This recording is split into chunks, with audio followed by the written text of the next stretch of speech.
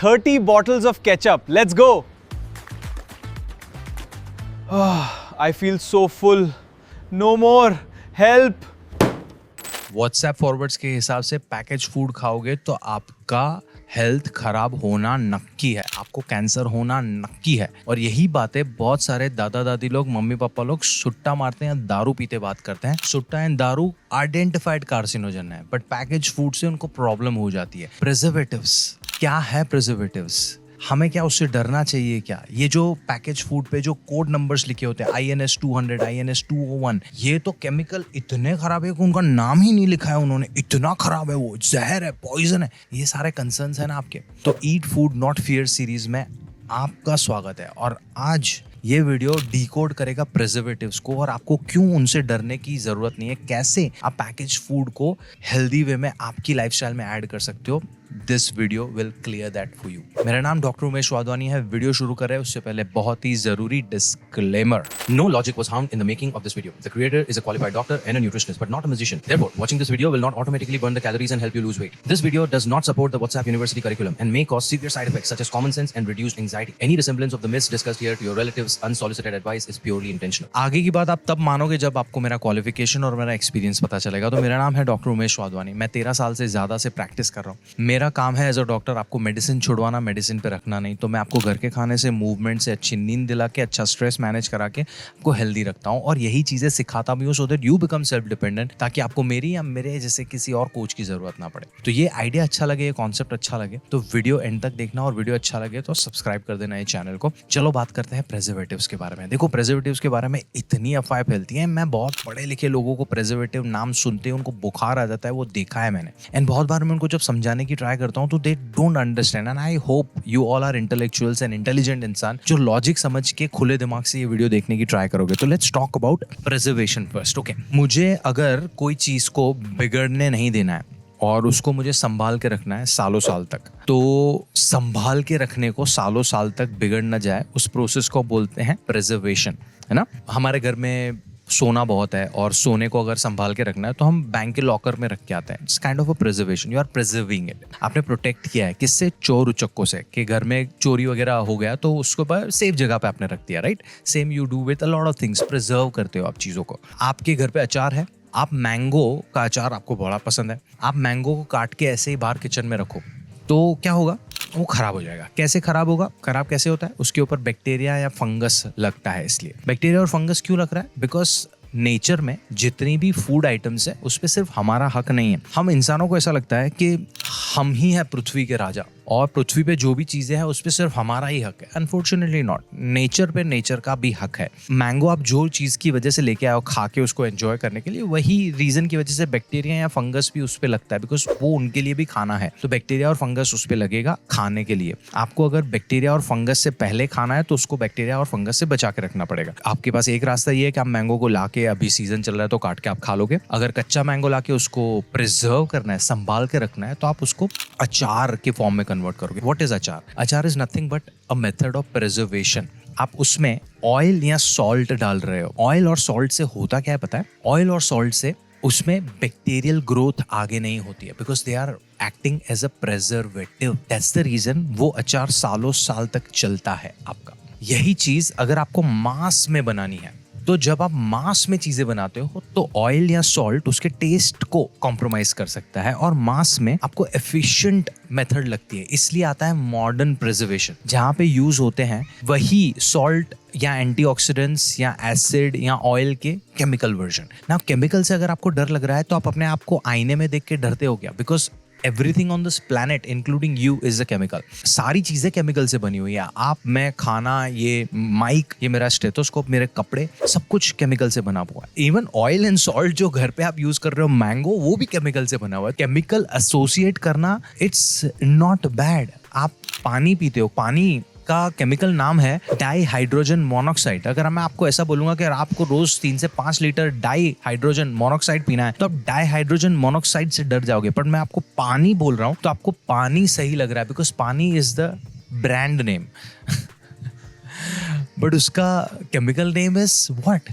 Dihydrogen monoxide. आप उसको भी 10 लीटर से ज्यादा पियोगे तो वो भी एक केमिकल है, वो जाके केमिकल टॉक्सिसिटी कर सकता है। तो टॉक्सिन का डेफिनेशन है डोजेज, हर चीज टॉक्सिन हो सकती है डोजेज के हिसाब से, तो आपको केमिकल से डरने की जरूरत नहीं है। तो अभी मास में चीजें बढ़ाने के लिए हमें मॉडर्न प्रिजर्वेशन लाना पड़ा। मॉडर्न प्रिजर्वेशन का एक और बड़ा एजेंडा ये है कि हमारा खाना हमारे पड़ोस में नहीं बन रहा है, कोई बैकयार्ड में खाना नहीं उगा रहा है। मैंने अभी शुरू किया, देखो मेरे पीछे पुदीना और आपको चिल्ली दिखेगा, यहाँ पे टमाटर है, पीछे जामुन का ट्री है। तो बट हर किसी के पास ये लिबर्टी नहीं है कि आपका खाना पड़ोस के फार्म में से आ रहा है, आपका खाना कहीं दूर से आ रहा है, और वहां से आपके घर तक पहुंचने के लिए, अलग अलग शहरों तक पहुंचने के लिए उसमें बैक्टीरियल और फंगल ग्रोथ ना हो, वो जरूरी है। और वो करने के लिए उसको प्रिजर्व करना जरूरी है। प्रिजर्व करने के लिए उसके अंदर प्रिजर्वेटिव्स ऐड करना जरूरी है। तो वो प्रिजर्वेटिव्स एडिक्वेट डेली इनटेक के हिसाब से डाले जाते हैं, मतलब हमारी हेल्थ के लिए कितना सेफ है, कितना अमाउंट प्रिजर्वेटिव उसके हिसाब से डाला जाता है। एंड कभी कभार वो 0.5, 0.10 या कुछ मार्क से ऊपर नीचे रह जाता है। आपने बहुत सारे रिपोर्ट्स देखे होंगे कि भाई इसमें जरूरत से ज्यादा प्रिजर्वेटिव पाया गया। मैं बोलता हूँ it's still okay and I will tell you the reason why. Let's से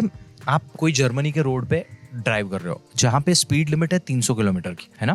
300 किलोमीटर पे एक्सीडेंट होने के चांसेस हैं, बट वहां पे लिखा है 150 किलोमीटर के भाई अपर लिमिट ये है, और आप चला रहे हो गाड़ी 30 पे।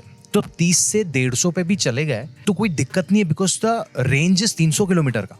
आप गाड़ी अभी 30 पे चला रहे हो, आप 150 तक पहुंचे भी नहीं और आप 300 का टेंशन ले रहे हो। Point I'm trying to make here is कि जो एडिक्वेट डेली इनटेक होता है प्रिजर्वेटिव का, जो मात्रा अलाउ करती है गवर्नमेंट या फूड अथॉरिटीज, उसके बाद भी 100 गुना हमारे पास रेंज है गलती करने का। थोड़ा ऊपर नीचे गए तो it's okay, but you have to understand कि ये जो प्रिजर्वेटिव्स हैं जो अंदर डालते हैं, उनका purpose is not to do नुकसान to you, it's to preserve food for you. हर चीज में अभी आप कौन सा चीज खा रहे हो प्रिजर्वेटिव वाला, उसकी मात्रा डिसाइड करती है, उसकी फ्रीक्वेंसी डिसाइड करती है कि वो आपके लिए हेल्दी होगा या नहीं होगा। आप पैकेज फूड में क्या खा रहे हो? अभी पैकेज फूड का मतलब क्या है? क्या आप चिप्स की बात कर रहे हो, या दाल जो पैकेज में आ रही है उसकी बात कर रहे हो? आप मैगी की बात कर रहे हो, या जो चावल पैकेज में है उसकी बात कर रहे हो? दाल चावल जो बने हुए हैं रेडी टू हीट वाले उसकी बात कर रहे हो, या दाल जो पैकेट में आ रही है उसकी बात? कौन से पैकेट की बात कर रहे हो? ब्लैंकेट स्टेटमेंट हो गया ना। तो जो पैकेज फूड है उसके अंदर कार्ब्स, प्रोटीन, फैट्स, शुगर की मात्रा क्या है, उसमें डीप फ्राइड चीजें कितनी है, ट्रांस फैट कितना है, उसकी मात्रा आपने कितनी खाई है। आपको चाहिए था 1 पैकेट मैगी खाना, आप 4 पैकेट रोज बरोज खाओगे तो वो मैगी का दिक्कत है। उसके अंदर जो प्रिजर्वेटिव डला है उसका दिक्कत नहीं है, because preservative as a chemical is just preserving that food.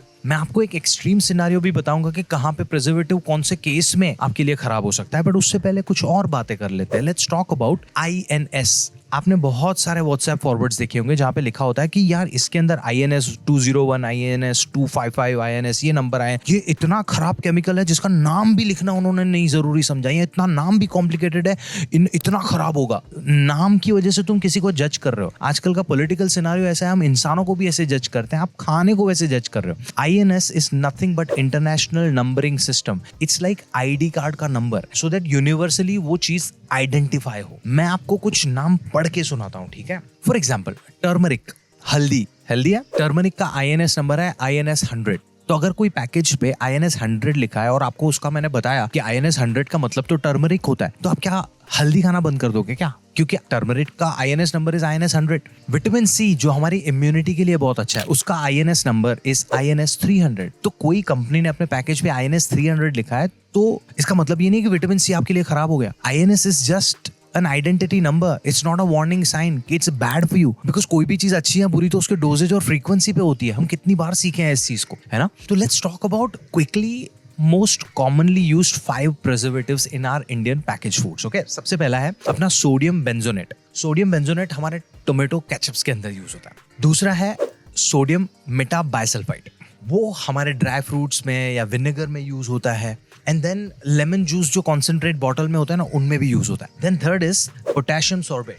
तो हमारी जो बेकरी आइटम्स हैं या चीज प्रोडक्ट्स हैं उसके अंदर पोटेशियम सॉर्बेट यूज होता है। देन फोर्थ इज BHA या BHT। ये एंटीऑक्सीडेंट्स है, जो तुम्हारा नमकीन या ऑयली चीजें होती है ना पैकेज, उसमें ऑयल खराब ना हो जाए, सड़ ना जाए, उसमें बदबू ना आने लगे, उसकी वजह से एंटीऑक्सीडेंट्स डाले जाते हैं। तो एंटीऑक्सीडेंट्स तुम्हारा विटामिन E और विटामिन C भी है, तो आप उससे नहीं डरोगे ना। क्यों डाला जा रहा है? उसमें से बदबू ना आए या वो खराब ना हो जाए, उसके अंदर जो ऑयल डला हुआ है, right. Next is citric acid. Citric acid is nothing but acid, natural acid taken out from citric fruits like orange.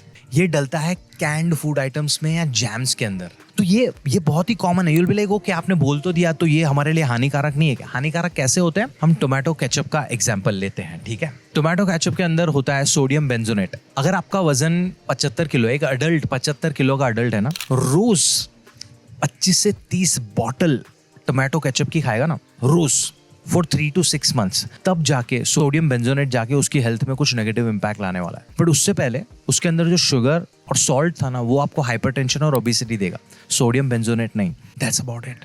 कोई भी चीज़ का अच्छा है बुरा होना आपकी ओवरऑल लाइफस्टाइल पे डिपेंड करता है।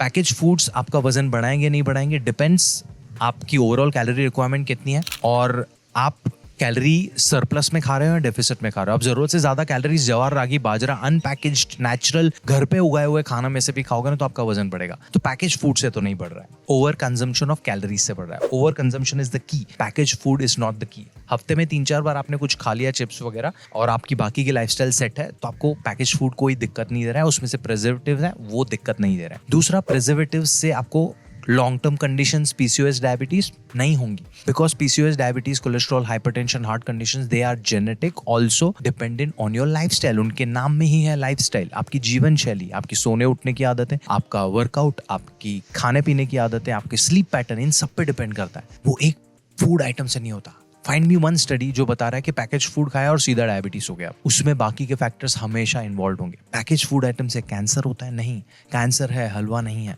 It depends on the carcinogen का डोजेज एंड फ्रीक्वेंसी।